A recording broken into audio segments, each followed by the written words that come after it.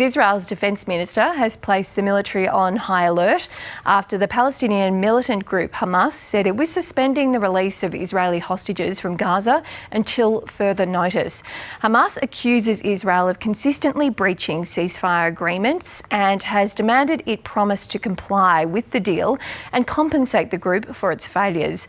For more, we're joined by our Middle East correspondent Eric Torchek in Istanbul. Good morning, Eric. What reasons did Hamas give for this move? I mean, this was the fear, wasn't it, that any slight falter in this deal would result in some sort of hostility?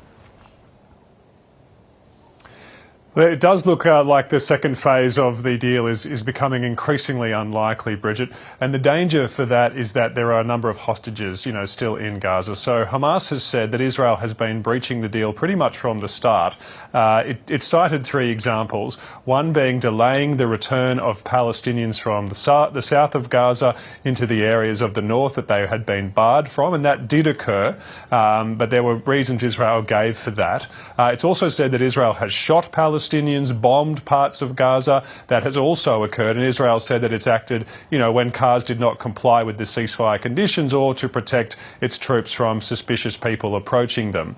The third condition that Hamas accuses Israel of breaching is of delaying aid, the entry of aid. It says that Israel has failed to facilitate the agreed amount of trucks into Gaza, and particularly the materials that, certain materials that it has said are necessary to deal with the humanitarian catastrophe inside Gaza, like shelter, particularly tents, caravans, and heavy equipment needed to clear the rubble in Gaza. There's some dispute about whether those particular items are getting through at the speed at which they're needed for the recovery efforts. So these are the three things Hamas has accused Israel, the three ways in which Israel has allegedly breached the ceasefire, according to Hamas. Israel's extremely concerned. There's been people taking to the streets in Tel Aviv. The families of hostages have urged the mediators of the ceasefire agreement to step in and make sure that everybody complies with it and the hostage releases continue.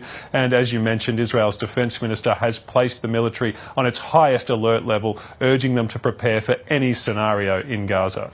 And Eric, what does this mean for the remaining hostages and also just the rest of the ceasefire deal? There's still, thousands of Palestinian prisoners due to be released, and in this deal alone, 9 living Israeli hostages are meant to come out of Gaza, 3 this weekend. If the first stage was to conclude, it would still leave 65 Israeli hostages captive inside Gaza, although an unknown number of them have been killed.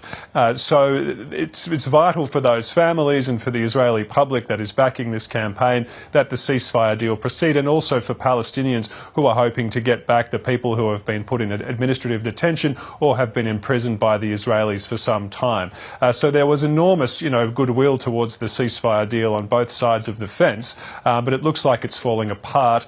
Israel has already recalled its negotiators from Qatar after just a couple of days. They were late to arrive. The talks for the implementation of the second phase of the ceasefire started late, and now we have this new problem with Hamas not only citing these alleged breaches by Israel, which I should add also accuses Hamas of breaching the ceasefire deal and how it's been releasing the hostages, making a big production and show and allegedly mistreating them. Hamas has also said it's worried and it no longer trusts the US to guarantee the ceasefire deal in the light of President Trump's comments about, forcibly relocating people from Gaza, not allowing them to return and turning the territory into a real estate development.